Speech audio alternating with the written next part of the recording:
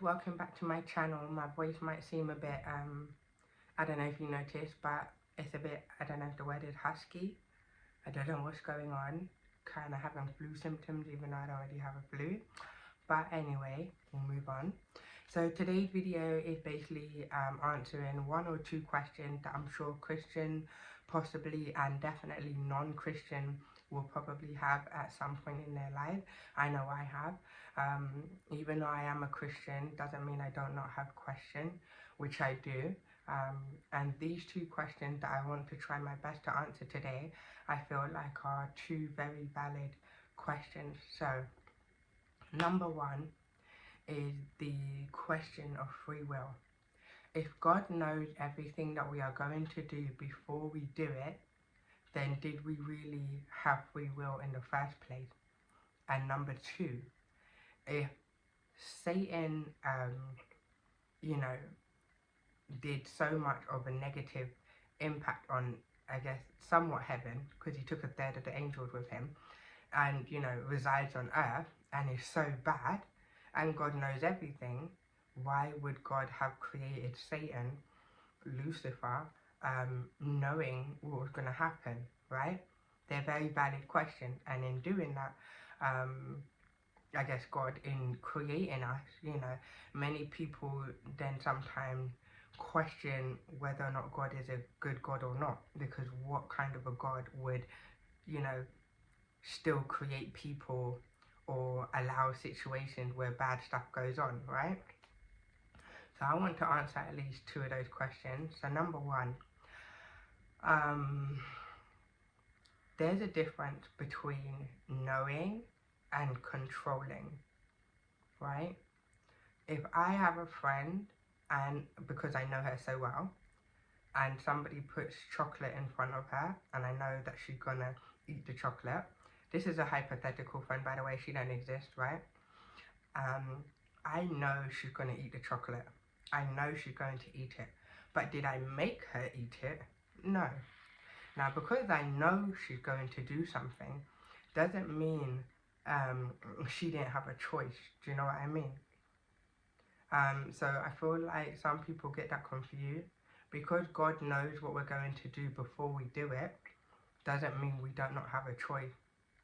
So if somebody's about to, let's just say, you've got two different people. They're both starving. They both can't afford to eat.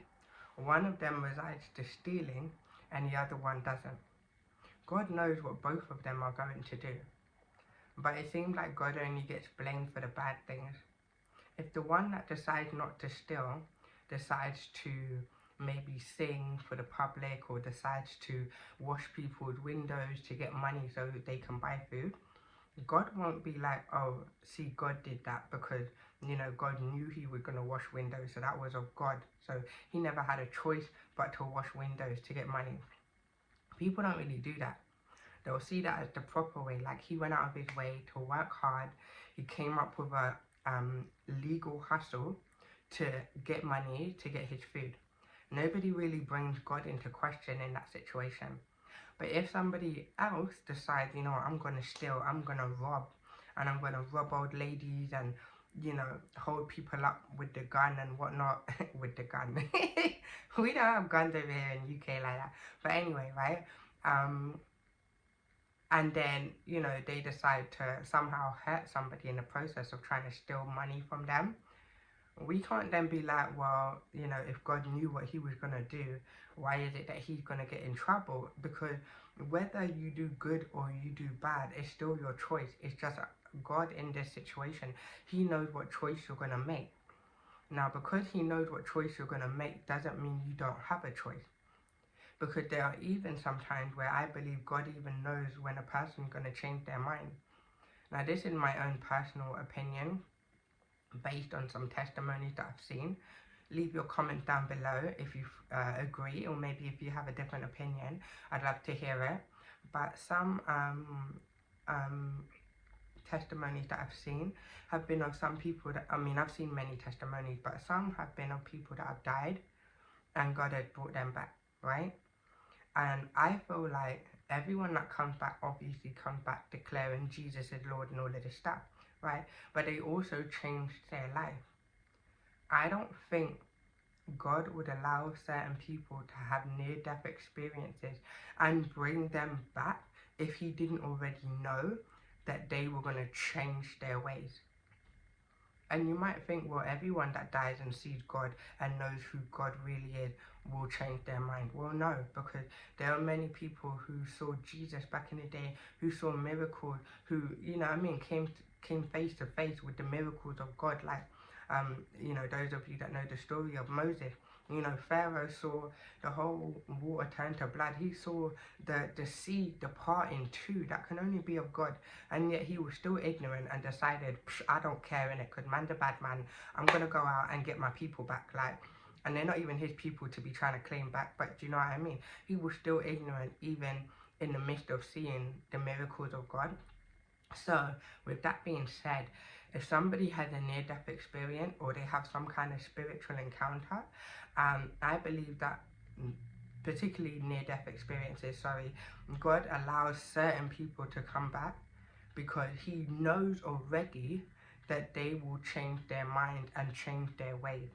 And unfortunately, I personally don't believe that everybody who has a near-death experience, who potentially meets Jesus or God, will always come back and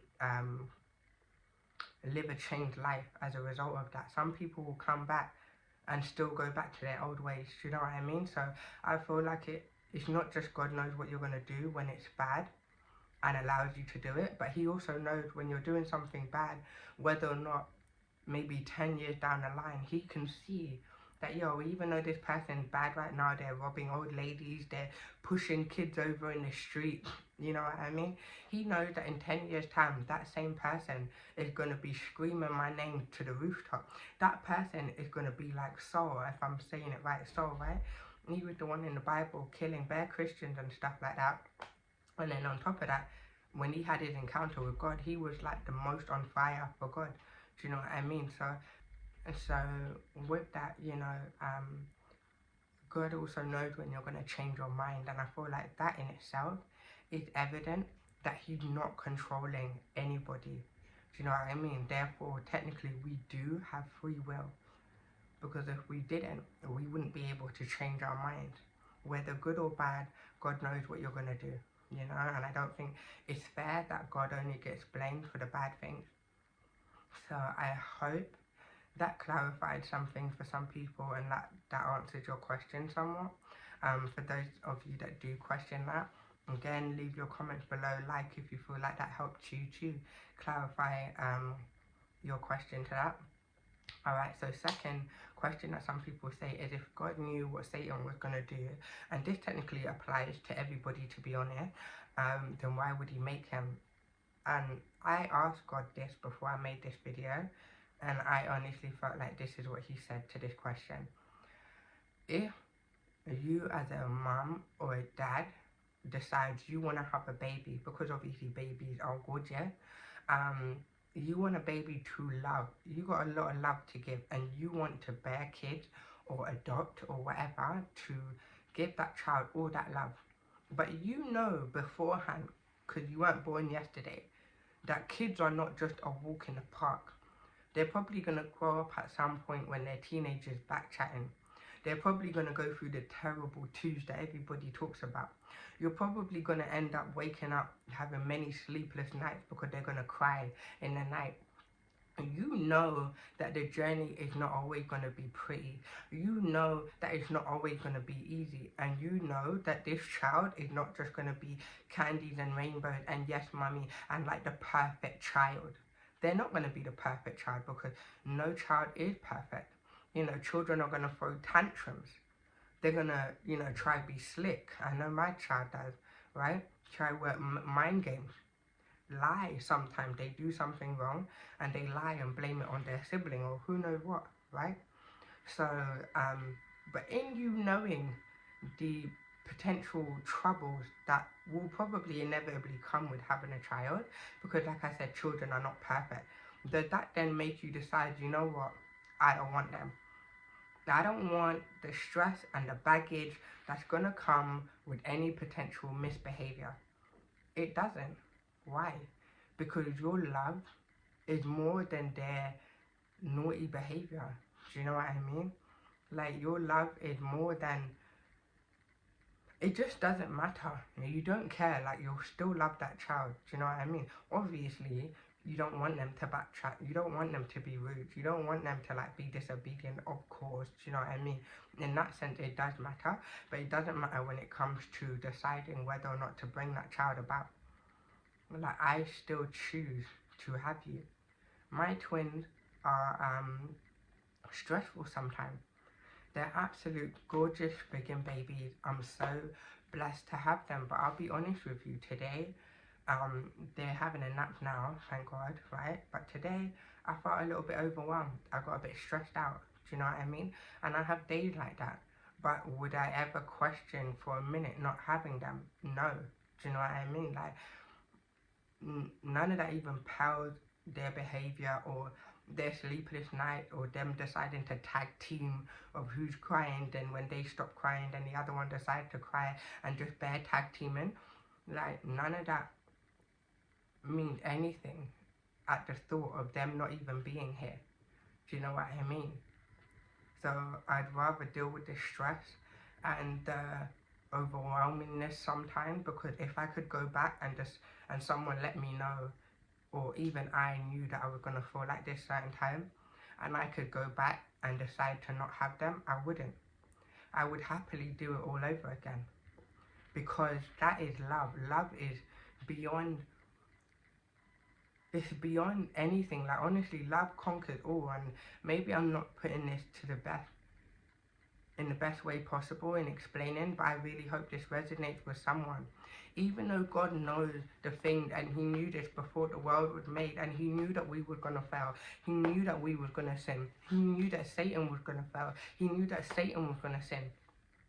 The angels are the children of heaven, right? And we are also children, but we're like a different type of kid. We are made in his image, angels are not. But God still loves his angels, don't ever get it twisted. Like, he loves them. And God loves Satan. He loved Lucifer, or maybe whatever his name was in heaven. I don't know if it was Lucifer, but either way, like, God loved him. Do you know what I mean? And unfortunately, like, he fucked up. Do you know what I mean? Excuse my French. He messed up big time, right? And the reason, just to throw this out there, because I can ramble on, why Satan can't be forgiven is, me personally, this is how I look at it. I have a 14-year-old and I have 1-year-old twins, right? So naturally my 14-year-old should know way more than my 1-year-old, right? So if my 1-year-old does something, like today, my daughter smashed a mug, climbed up on the windowsill while I was dealing with her twin brother for a split second, climbed up on the windowsill, dashed the mug off. I come back and she's up on the windowsill. My mug is broken into pieces on the floor. Stuff like that, she'll be forgiven for, because she's young, she don't know no better. If my son, who's 14, decides he wants to climb on the windowsill and then dash my mug off the window, the repercussions, yeah? The repercussions. Like, you're not a baby. You know way better than the twins, you know what I mean? Like, you're not even in comparison of, like, knowledge. They don't know anything, and that's how the angels are compared to us. They are like our older siblings. They were existing way before we even came into existence. And they get to sit with God in heaven. So they get to see spiritual wonders that we don't. We have to trust in God by walking in faith of a God that we can't see. We can experience, but we can't see. You can't see wind, but you can experience the wind. Do you know what I mean? We can't see God, but we can experience him if we choose to believe. Angels, they get to see him. So they have a knowledge and an understanding on levels that we don't, which means they should know way better when it comes to disobeying God and going against the ways of God than we do. And even then, we're also punished for it. Do you know what I mean? But angels, yeah, 10 times fold. Like, they really need to know what they'd be doing, because they've been around for I don't know how many years, but me just giving my opinion, I feel like they've been around donkeys of years before we were even made. donkeys of years, and on top of that you're literally with God, singing for him. Lucifer was singing for God, like literally singing for him in front of him, like you see him eye to eye, and then you still decide, yeah, Banda, like I can do a way better job than God, like I want to be him. Do you know what I mean? You know how sticky that gets? Like, I was gonna ramble on, but let me just try to stay on point, okay? So that's why they can't be forgiven. But God loves his angels, and he loves us very, very much. And I don't think God regrets making us, and he doesn't regret even making the angels. Me personally, I don't think he regrets making the fallen angels. That's my opinion. He's disappointed. He's mad, damn straight. Like, they're not going to heaven now.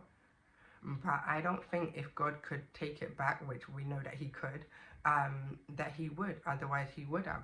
God can flip back time. God can just make the earth disappear if he wanted to. He can undo everything that's done. But he doesn't want to. Do you know what I mean? Because there's even beauty in the ugly. You know, and as the Bible says, he works out all things come together for the greater good of those who love him. Do you know what I mean? So that which wasn't meant to serve him can still glorify him in the end. So going back to, you know, why would God make Satan and all of that type of stuff if he knew? That's the only way that I can explain it. It's like the love of a parent, you know, and that's the same for us, because people do wicked stuff. We steal, we lie, we, you know, rob, we kill. You know, people are doing horrendous things to children out there, killing the innocent, warring, enslaving, all up till now in 2022, soon to be 2023.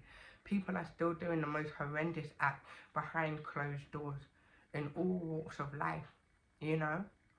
And those people, a lot of the time, their parent, like for example, there's people whose children have grown up to be serial killers. I still think the mum loves them and the dad still loves them, right? But they disappointed. They might not go see them in jail because they just can't forgive what they've done, but the love is still there. You still love them. The love just doesn't disappear. So, yeah, God loves us so much. So much. How much you love your child, how much you love your sibling, your mom, your parents, your grandparents, your cousin, your best friend, whoever is the closest form of love to you. However much you love them, a billion times more than that doesn't even compare to how much God loves us. Which is why even in knowing what we were going to do, he still chose to make us. In knowing what Satan was going to do, he still chose to make him. You know, and hoping that that we will make better choices. And it does seem a bit odd to say, well, why is God hoping? He can just, you know what I mean? Because he doesn't control us. You know, he can try and influence us, guide us, but then that's for us to adhere to that. So I believe that God hopes. He hopes we will listen. He hopes we will adhere to what he's saying. He hopes we'll be obedient to him for our own sake and for the sake of humanity, you know? Which is crazy to think that God hopes, you know? But that just shows how humble he is. Like, he doesn't force anything on us. He just hopes we'll listen and we will come to a realization and a revelation of his love for us and why things are the way that they are, you know? So I hope that answered your questions.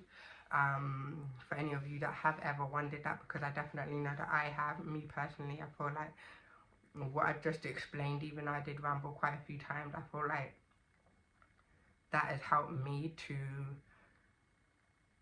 settle with that, and I am content with knowing that. Like, I do believe we have free will. I do. It's just whatever we choose, God already knows. That's it. He doesn't control it. He just knows what you're going to do. You know, that's not control. And he made us regardless of all the horrendous things that we do, because he loves us that much. That much. And that's it. So if you like this video, please like, don't forget to subscribe, tell a friend, share. Yes, I know I'd be new in this thing, but you know, stay with me. stay with me, guys, okay? Stay with me. Otherwise, yeah, I hope that I'll be able to give you more edifying content in the future. If you have any questions that maybe you have questioned as a Christian or a non-believer or even a Muslim or whatever you are, right, then please leave it down below so I can answer those as well, or try my best to answer it. But again, if you like this video, like, subscribe, and I will see you guys soon.